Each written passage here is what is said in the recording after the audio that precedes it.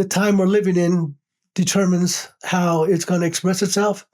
And as we move more to the future, it's unity through diversity. But before we get to that higher frequency of Aquarius, it has a dual rulership. Saturn rules Aquarius and Uranus rules Aquarius. So when Uranus was discovered back during the American Revolution time, it was this new ideal of democracy and freedom and equal rights, even though our country was based on equal rights, wasn't true for people of color. Native people, religious oppression took place.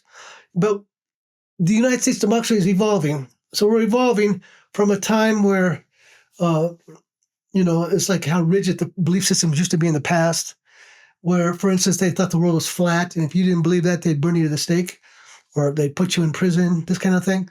So we're moving to get out of the box of this limited understanding, you might say, this dogma.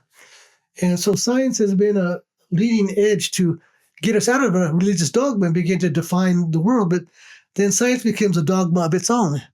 And if you don't agree to this dogma and you're coming from a more progressive space, they will attack you and tear you down. And a lot of people who have been progressive thinkers have had to go through that.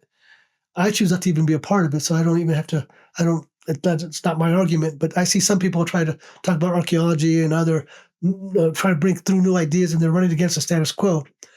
But so this Aquarius theme, it breaks down into threes, like you said before. So what's 1/3? The conservative scientific model of reality. Based on fact, we're basing our reality, and this defines us, and we come together as a group of people to agree that this is our rules of engagement. This is our facts of our science, and this is what we believe. And then the next third, the Uranus energy, is like, want to break through and bring in new discoveries, new ideas, revolutionary ideas. And this is this can be, you can be ostracized if you don't agree. Like, people do that with their politics. Like, this is my politics. If you don't agree with me, you're out of here. And best friends are splitting because of their belief systems, because they got their lenses on and everybody's seeing the positive, what they want to believe in, their truths. And so sometimes it's very obvious to an outsider to see where both of them are stuck to the attachment to their ideas. So, and then there's this next third, which is like bringing in the future, which is a higher enlightenment intelligence. And so we are beckoning the future to come in to guide us and to quicken us, because who you are today, in 10 or 20 years from now, you're going to be much more realized. So that aspect for ourselves, we can access that. And there we have our relatives visiting us from the stars that are helping to guide us and give us inspirations.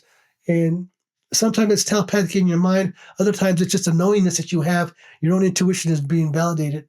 But we are growing in knowing that the time of change is coming upon us. So is Pisces more masculine? Well, we're in a male cycle, because Pisces is a female sign. It's water, female. It's yin. And the Pisces yin would be the mystic and the martyr and the person who's devotional and the feeling, like this. But we're living in a male cycle, so we're in the right hand. That's why I was saying before, if you were left-handed, they'd make you right-handed, because they didn't trust the left-hand side, because that was the night side. So here we have the sun god, the power of the sun, and here we have the full moon. They say, you're a lunatic to be out there under the moon. You're crazy to be out there, because that's when the vampire and the werewolf came out. So get in the house and put your sacred objects up and keep the evil out. So the left side was just had to face the evil because it was in the darkness. And that's the female side. So the females, they were shut down because they didn't trust the female. She didn't get possessed by the dark force. Like, you're really young, but if you ever watch any video of when the Beatles came to New York City and they did an outdoor concert, did you ever see those videos when the Beatles came out?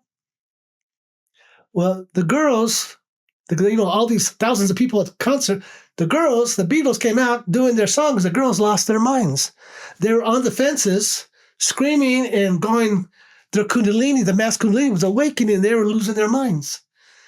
So that's why they put a little hat on the girls, a little veil, and they keep the girls from getting too much kundalini. Because, it's like we can't trust that, because who was it? Adam and Eve, and who ate the fruit and tempted Adam with the fruit? So that story has been tweaked a little bit. because that's taking me into the Anunnaki. You probably know about Anunnaki. And they didn't want the human beings to have that knowledge. And so they punished the human beings and put the curse on the human beings, kick them out of the garden. And so you look at the Old Testament, there you have some places God's very loving, and other places God's very strict and very harsh and very threatening. He's like, his law was an eye for an eye and a tooth for a tooth, and who can withstand my anger and my fury? Those are two different gods tied into one. And when we look at the Sumerian tablets and what they showed, one was Enlil, one was Enki. And Enki was more benevolent to human beings, and Enlil was very, very strict. And he was his lineage was more strict to the human beings, where Enki's was more trying to cultivate us and help us. And so, like the left hand, if you were using the right hand, let's say that in Italy, they call the right hand dexter. If you use both hands, it's ambidextrous. You got two right hands. And so if you're using the left hand, that wasn't allowed, because this could leave you open to get possessed by the dark force.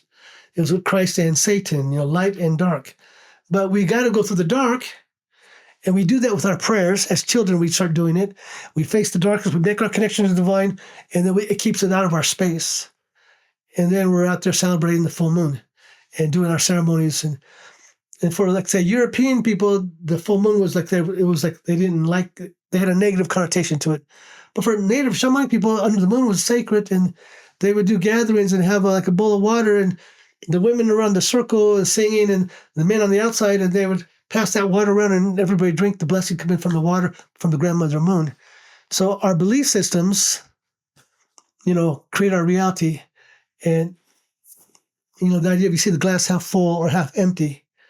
If you see it half empty, then you're going to have a half empty glass. But you see it half full, then all this possibility comes with it. So our belief systems is so important as we begin to realize that, say, that the scientist Dr. Emoto did his messages in water, and other people have done research with water, where water records the information.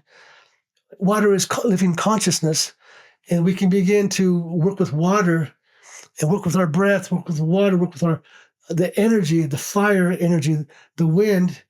We can begin to do magic just by having a prayerful intent and knowing that we are one with the universe.